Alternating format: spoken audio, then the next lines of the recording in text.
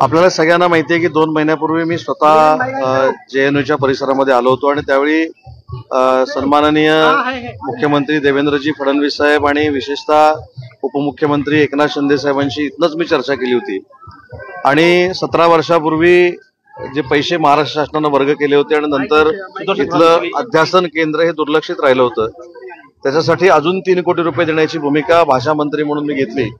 आणि आज कुसुमाग्रजांच्या नावानं मराठी अध्यासन केंद्र हे विशेषतः JNU मध्ये म्हणजे देशाच्या सगळ्यात नंबर 1 युनिव्हर्सिटीमध्ये करण्यामध्ये आम्ही यशस्वी झालो। याबद्दल मला मराठी भाषा मंत्री म्हणून मनापासूनचा आनंद आहे। आणि अजून एक महत्त्वाची गोष्ट की तत्कालीन मुख्यमंत्री एकनाथ शिंदे साहेब असताना JNUला 10 कोटी रुपये हे छत्रपती शिवाजी महाराजांच्या युद्धनीतीवर अभ्यास करण्यासाठी दिलेले होते आणि त्याचा पाठपुरावा आम्ही सगळ्यांनी मिळून केला। आणि राज्याचे देवेंद्रजी फडणवीस मुख्यमंत्री हे त्यावेळी उपमुख्यमंत्री होते, त्यांनी देखील त्याचं समर्थन केलेलं होतं। आज योगायोगानं देवेंद्रजी फडणवीस साहेब राज्याचे मुख्यमंत्री आहेत, त्यांनी याचा शुभारंभ केलाय, हे देखील समाधान माझ्यासारख्या कार्यकर्त्याला आहे। आणि विशेषतः मराठी भाषेवर आम्ही राजकारण करत नाही, तर मराठी भाषा 7 समुद्रापलीकडे नेण्याचं आम्ही काम करतो। देशाच्या कानाकोपऱ्यामध्ये मराठी भाषा गेली पाहिजे यासाठी JNU मध्ये आपण हे सेंटर उभं केलंय। आणि अजून एक महाराष्ट्रातल्या मराठी माणसाला अभिमान वाटेल असा निर्णय आज आम्ही घेतलाय, तो म्हणजे JNUच्या परिसरामध्ये छत्रपती शिवाजी महाराजांचा अश्वारूढ पुतळा उभारण्याचा निर्णय आज आम्ही घेतलाय।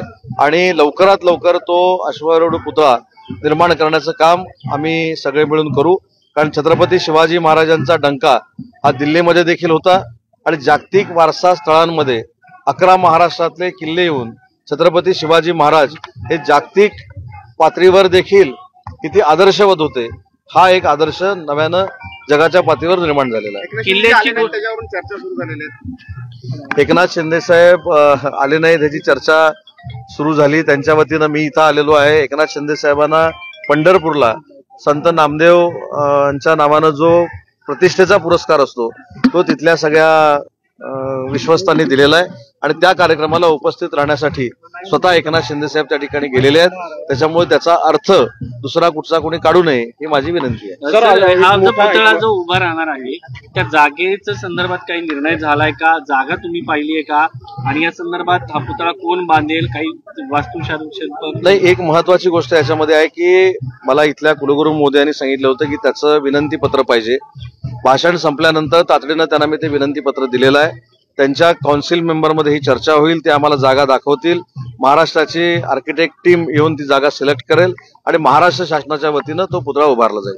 संजय राऊत वारंवार म्हणतात हानी ट्रॅप आहे, सरकारमध्ये मंत्री आहेत, खासदार आहेत, तुमच्या पक्षाचे खासदार आहेत। मला असं वाटतं की छत्रपती शिवाजी महाराजांचा एक चांगला कार्यक्रम असताना अशा पत्रकार परिषदेवर बोलणं हे योग्य आहे असं मला वाटत नाही। आज चांगला दिवस आहे, चांगलं बोललं पाहिजे।